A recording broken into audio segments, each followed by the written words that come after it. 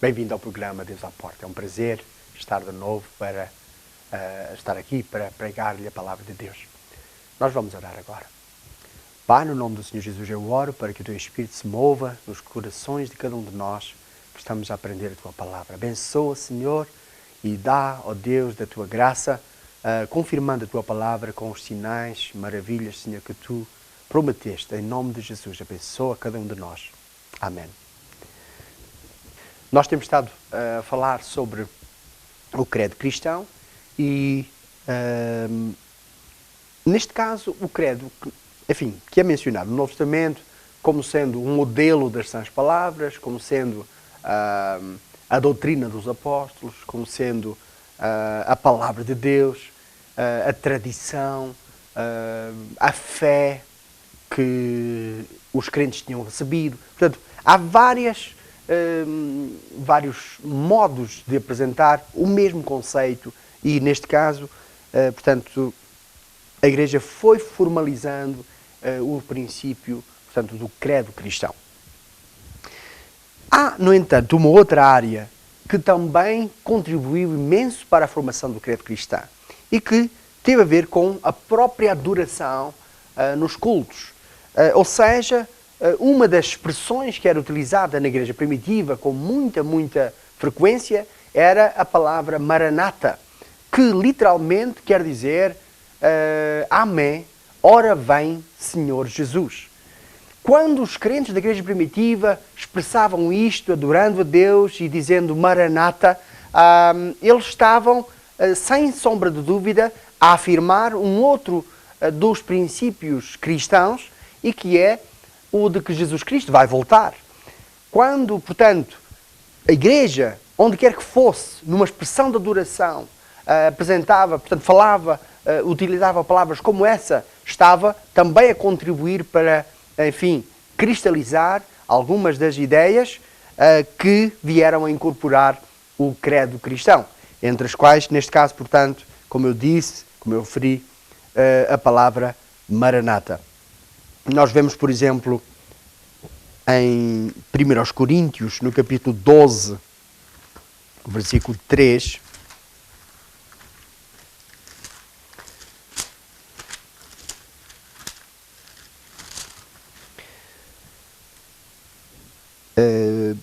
o apóstolo Paulo está a ensinar acerca dos dons espirituais, que nós vamos ler desde o versículo 1, diz: acerca dos dons espirituais não quero, irmãos, que sejais ignorantes.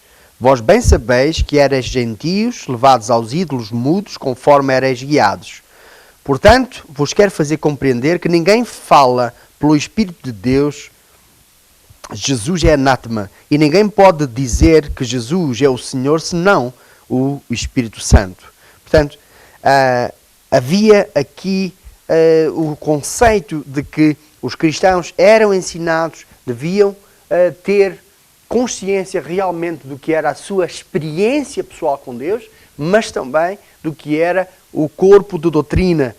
E aquilo que eles falavam devia ser, portanto, uma continuação da inspiração que eles tinham do Espírito Santo. Portanto, as pessoas, os cristãos, tinham consciência de que o que falavam porque isto eram as palavras de Deus. Não é porque eram as palavras de algum líder mais ou menos carismático. Eram sim as palavras do próprio Senhor. Por exemplo, em Atos, no capítulo 16, nós vemos mais uma forma. Atos 16, o versículo 18, diz assim: e isto fazia ela por muitos dias, mas Paulo, perturbado, voltou-se e disse ao Espírito: em nome de Jesus Cristo, te mando que saias dela. E na mesma hora saiu. Esta prática de expulsar os demónios e a fórmula, usando o nome de Jesus, passou a ser parte integrante do credo cristão. Portanto, na medida em que havia reuniões, havia ministério, o próprio ministério do dia-a-dia dos homens de Deus foi formando, foi cristalizando aquilo que era o corpo de doutrina. Porquê? Porque, afinal, o que acontecia é que quando quando os demónios eram expulsos em nome de Jesus, as pessoas ficavam libertas. E, portanto, isso fazia parte, então, de alguma coisa que era verdadeiro e que era património da Igreja Cristã, fazia, portanto, parte integrante do credo cristão. Ou seja, pregar o Evangelho e expulsar demónios como uma expressão natural do ministério e da autoridade que o Senhor Jesus tem e que o nome dele tem, portanto, manifestava que o nome de Jesus tem poder e que funcionava realmente. Portanto, não era, mais uma vez nós vemos aqui a ligação da palavra de Deus com a experiência prática e que, portanto, manifestava o querigma cristão. Ou seja, o pregador, aquele que pregava a mensagem, não era apenas um palrador, não era apenas um orador muito bem treinado, mas era muito mais do que isso, era um homem de Deus, com unção de Deus, com autoridade para expulsar demónios, para lidar com as forças satânicas. E estas lhes obedeciam. Portanto, essa é a dimensão do querigma cristão e que, portanto, tem a ver com este credo. O credo não é apenas um código de doutrinas que deve ser tomado como sendo, enfim, a nossa crença e que nós intelectualmente aceitamos e acreditamos como sendo a base da nossa fé. O credo tem que ser muito mais, tem que ser realmente o querigma. Eu tenho que assumir, tenho que personalizar isso e tornar todo esse conjunto de tradição, esse conjunto de doutrina, tenho que torná-lo pessoal, vivo na minha vida, tenho que torná-lo uma experiência diária que eu próprio vivo naturalmente. Eu não faço um esforço sobre-humano para tentar ser assim, eu faço isso com naturalidade, porque eu tenho recebido a palavra de Deus como sendo séria, como sendo o modelo que eu devo seguir na minha vida e, portanto, na medida em que eu vou vivendo, como a Bíblia diz, preceito sobre preceito, um ponto aqui, um ponto ali, eu vou, na medida em que eu vou escutando, que eu vou lendo a palavra de Deus e vou aplicando, vou, enfim, praticando na minha vida pessoal, diária, eu acabo por incorporar e tornar-me, portanto, um verdadeiro intérprete do querigma cristão. Eu vivo esse credo, eu vivo esse conjunto doutrinário sagrado. Na formação dos primeiros credos, claro que quando chegamos ao segundo século da era cristã, já começa a haver nitidamente em todas as igrejas locais um corpo de doutrina que era marcadamente sagrado, diferente do que muita gente tinha tentado, enfim, abusivamente também ensinar. E, infelizmente, logo desde os princípios do cristianismo, nós vemos, por exemplo, em Atos, no capítulo 15, vemos que a igreja cristã precisa de realizar um concílio, que é o primeiro concílio de Jerusalém, realizado cerca do ano 70 da era cristã, em que os cristãos reúnem-se e começam realmente a tentar encontrar algumas bases fundamentais. Neste caso, havia os judaizantes, que eram um grupo de pregadores que viajavam visitando muitas igrejas, que iam ensinando, enfim, que afinal os cristãos não deviam afastar-se do judaísmo, porque o cristianismo era meramente um ramo do judaísmo. Ou seja, então o cristão precisava crer em Cristo, mas também praticar a lei de Moisés e os ritos da lei. Então, isto trouxe uma grande confusão, trouxe, de facto, uma necessidade da igreja pensar sobre o que era, afinal, a sua fé.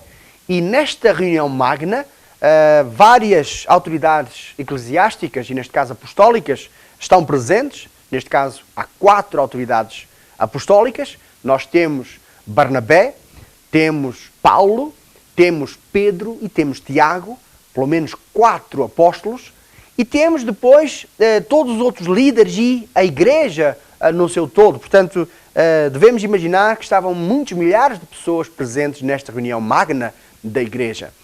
E tendo falado e tendo, enfim, colocado as suas ideias os judaizantes, chegou a vez de Pedro, Barnabé e Paulo apresentarem também os seus pontos de vista e que se demarcam, neste caso, todos eles, daquilo que tinham sido os princípios judaizantes. Ou seja, de que a igreja cristã era de facto única, era um mover de Deus único, diferente, alguma coisa que estava enraizado de facto nos princípios proféticos do Velho Testamento, particularmente do tabernáculo de Davi, como Tiago referiu, mas, portanto, no pensamento de Melquisedeque, no pensamento de Samuel, de Davi e dos profetas do Antigo Testamento, no entanto, não tinha a ver com as tradições e com todo o pensamento, a carga, digamos assim, religiosa, que era a religião judaica e também de Moisés. Ou seja, desta forma, os apóstolos ali presentes, e neste caso o presidente, que portanto foi Tiago, eles demarcam-se desse princípio e dizem, não,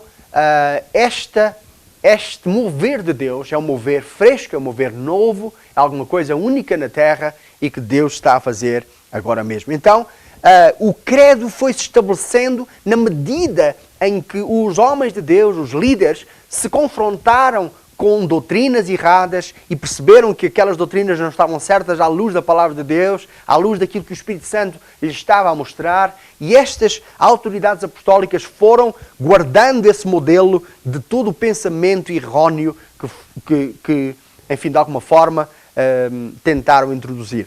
Nós vemos que o pensamento foi cristalizando até que a determinada altura aparece, portanto, muito mais tarde, então, o chamado Credo dos Apóstolos, já em outros concílios da Igreja. No entanto, para a nossa informação, eu penso que aqui uma das coisas mais importantes era nós falarmos um pouco sobre as doutrinas que nós encontramos lá em Hebreus, no capítulo 6, versículos 1 e 2. Aquelas 7 doutrinas que consideramos serem fundamentais para a vida e para a fé cristã. Diz assim, vamos voltar a ler, lemos no outro programa, vamos ler aqui. Diz assim, pelo que, deixando os rudimentos da doutrina de Cristo, prossigamos até à perfeição, não lançando de novo o fundamento de arrependimento, de obras mortas e de fé em Deus, e da doutrina dos batismos, e da imposição das mãos, e da ressurreição dos mortos, e do juízo eterno. Nós temos aqui, portanto, um conjunto de 7 doutrinas. É como se... sabe que o número 7 na Bíblia significa sempre totalidade ou perfeição na totalidade. Deus criou, enfim, tudo em 6 dias e no 7º descansou. Portanto, foi o coroar da criação, foi o seu descanso no 7º dia. Portanto, nós temos, portanto, este conceito de 7 como sendo totalidade, sendo algo completo, algo perfeito.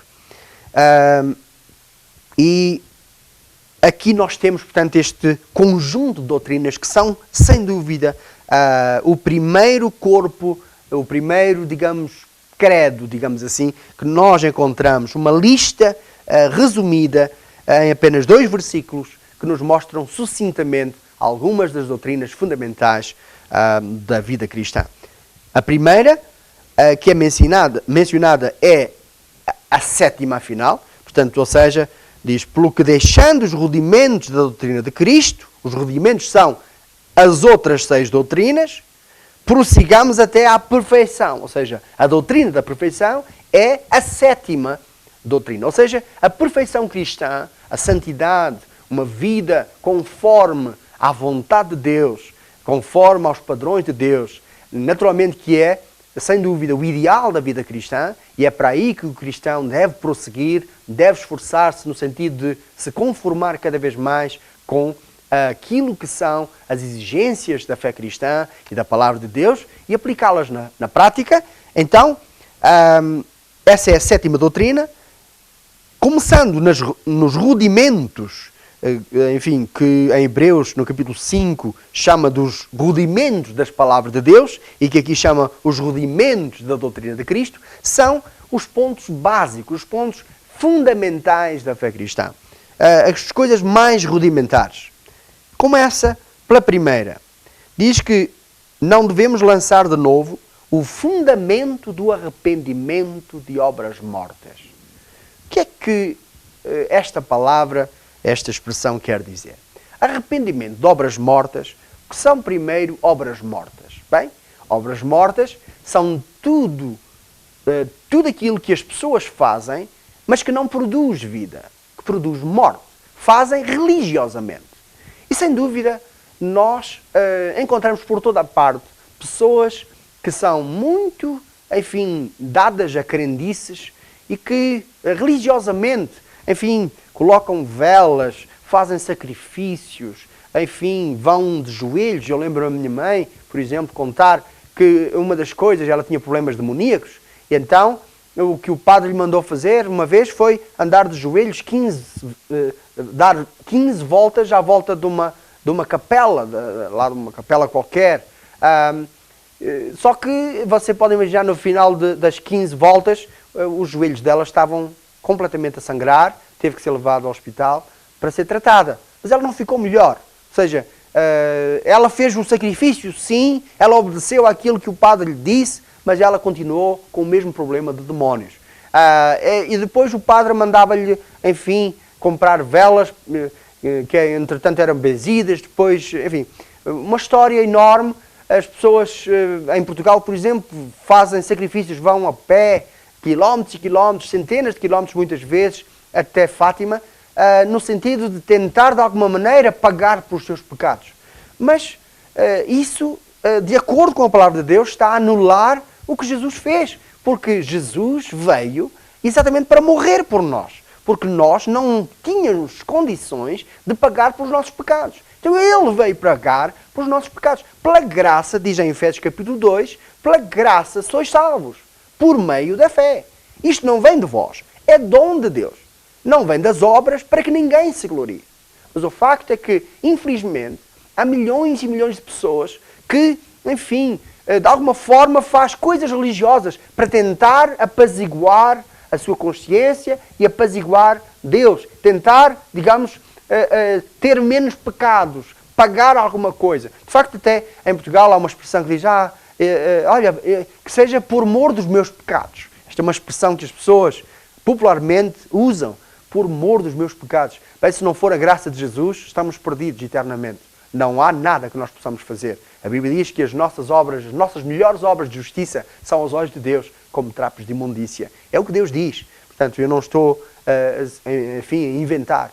É o que está escrito na sua palavra. Portanto, Deus sabia exatamente disso, porque se Ele entendesse que os seres humanos poderiam, de alguma maneira, salvar-se a si próprios, arranjando, enfim, pela sua bondade e pela sua religiosidade, alguma coisa que os pudesse, enfim, que lhes pudesse perdoar os pecados, então Ele não precisava de enviar o seu Filho, que teve que deixar a sua glória, encarnar aqui na terra e tornar-se um como nós para morrer na cruz, horrivelmente, e fazer-se pecado por nós. Não havia necessidade disso, mas a Bíblia diz que Deus provou o seu amor para conosco, em que Cristo morreu por nós, sendo nós ainda pecadores. Portanto, prezado telespectador, saiba que não é pelas nossas boas obras que nós somos salvos.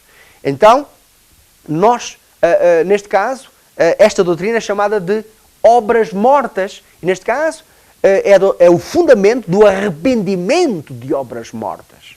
Uma das primeiras coisas que eu tenho que fazer na minha vida cristã, depois de receber Jesus Cristo como meu Salvador, é que eu tenho que me arrepender de praticar estas coisas. De ir à bruxa, ir ao feiticeiro, de fazer estes sacrifícios, andar para aqui, para ali, pagar missas, pagar isto, pagar aquilo. Nada disso me pode valer, porque é isto que é a verdade das Escrituras. A verdade das Escrituras está acima de qualquer, enfim, pensamento humano religioso. E Deus não veio aqui para estabelecer uma nova religião. Ele veio aqui para estabelecer, para nos dar vida e vida com abundância. É Jesus Cristo quem é o nosso Salvador. É Jesus Cristo quem pagou pelo preço da nossa salvação. E nós não podemos fazer nada a não ser crer e receber com o coração, confessando com a nossa boca de que Jesus é o nosso Salvador e de que o sangue dele foi o pagamento dos nossos pecados. Sem dúvida, nós somos seres que nascemos em pecado. Nós, quando não temos o perdão de Deus, quando não temos a lavagem do sangue de Jesus, somos gente má. Somos gente destituída da glória de Deus. Porque é isso que a Bíblia diz. O salário do pecado é a morte, mas o dom gratuito de Deus é a vida eterna por Cristo Jesus nosso Senhor. Então, eu tenho que saber de um princípio fundamental, que é o princípio do arrependimento de obras mortas. Este é o fundamento. Primeira coisa, tenho que me arrepender desse tipo de coisas. Há pessoas, por exemplo, que eles compram uma Bíblia e têm a Bíblia sempre aberta em casa. Dizem, pastor, a minha Bíblia está sempre aberta lá, num salmo ou numa passagem especial, está sempre aberta. Bem, isso é uma religiosidade estranha, que não tem nada a ver, é uma verdadeira crendice que não tem nada a ver com a fé cristã. Deus diz que a palavra de Deus tem que estar aberta no meu coração, tem que estar viva, escrita no meu coração. Como David disse, escondi a tua palavra no meu coração para não pecar contra ti. Então, eu tenho que arrepender-me das obras mortas. Tudo o que eu fazia para tentar, de alguma forma, enfim, agradar a Deus, mas tentando salvar-me a mim mesmo. Isso é religião vã e que não é aprovada por Deus. Deus se desagrada disso e eu tenho que me arrepender disso. Um arrependimento é, neste caso, uma mudança completa em que eu decido não mais fazer isso, passo a fazer, portanto, uma outra coisa. Segunda lei, segundo princípio, segunda doutrina, diz: e de fé em Deus. Ou seja, eu não posso simplesmente arrepender-me de obras mortas, das coisas, enfim, religiosas, de ter uma medalhinha, e aquela medalhinha é o que me salva, é o que me protege, ou tenho, enfim, um rosário pendurado no meu carro, aquilo vai-me proteger, vai-me impedir de eu ter, enfim, um acidente. Este tipo de coisas é a confiança em objetos, a confiança em coisas daqui. É uma religião baseada na crendice. E isso